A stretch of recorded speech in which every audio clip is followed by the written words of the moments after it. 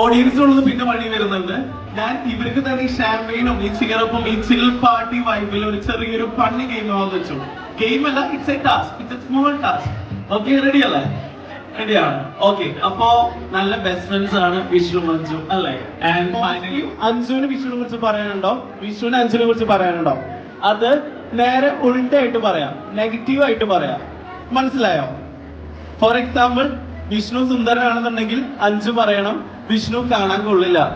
നെഗറ്റീവായിട്ട് നമ്മൾ വിചാരിക്കേണ്ടതായിട്ട് നേരെ തിരിച്ചാട്ടോ നമ്മുടെ അടുത്ത് കൺവേ ചെയ്യും. പക്ഷെ നമ്മളെല്ലാം പോസിറ്റീവ് ആയിട്ട് എടുക്കാൻ പാടും.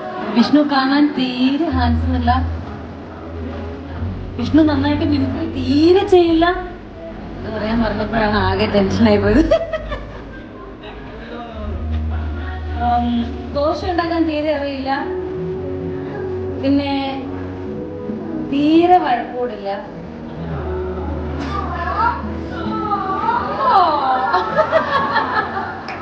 ക്ലാസ്സിൽ കുറച്ചും കൂടെ ഉറക്കെ പറ, ഉറക്കെ കേൾക്കുന്നില്ല ആൾക്കാർക്ക്. നന്നായിട്ട് സംസാരിക്കാൻ അറിയില്ല. പോസിറ്റീവ് നെഗറ്റീവ് ആക്കി പറയണം. പോസിറ്റീവ്, നേരെ ഓപ്പോസിറ്റ്. തെറ്റിദ്ധരിക്കരുത് പ്ലീസ്. അച്ഛാ അമ്മേ കേട്ടായിരുന്നല്ലോ, നേരെ തിരിച്ചാ കേട്ടോ. ഇനി പറയും